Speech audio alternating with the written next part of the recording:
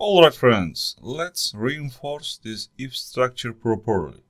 We are still at the beginning, so let's do one more exercise. So let's get the person's age, and after that we will print whether the person can drive a car or not.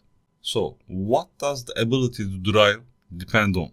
We will check the person is eligible to drive. So the eligibility will depend on a condition. The idea is compare the user's age with the minimum driving age using an if statement. So what I will control are they older or younger than 18. So based on that they can get a driver license. So let's check this.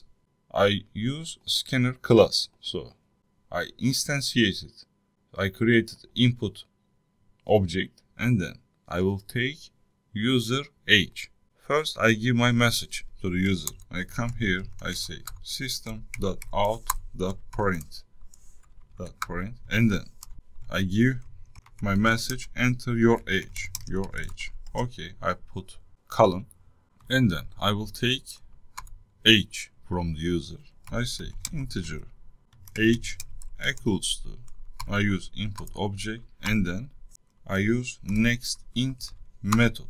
Okay, I take from the user. So what I need to do, I need to control it. I need to check whether this user can drive or not, depending on their age. Okay, I open my if condition, and then I'm controlling if age is greater than or equals to 18. If it is, so I enter inside the if statement. So I say system.out.println.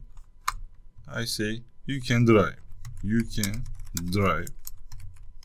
Otherwise, I open my else block. It means this person is younger than 18. So I open my else block. I write you cannot drive. You cannot drive. Okay, I save it. I run it. So enter your age. I say 33. You see, you can drive. I run it again. Enter your age. I say 15. So you cannot drive. Super.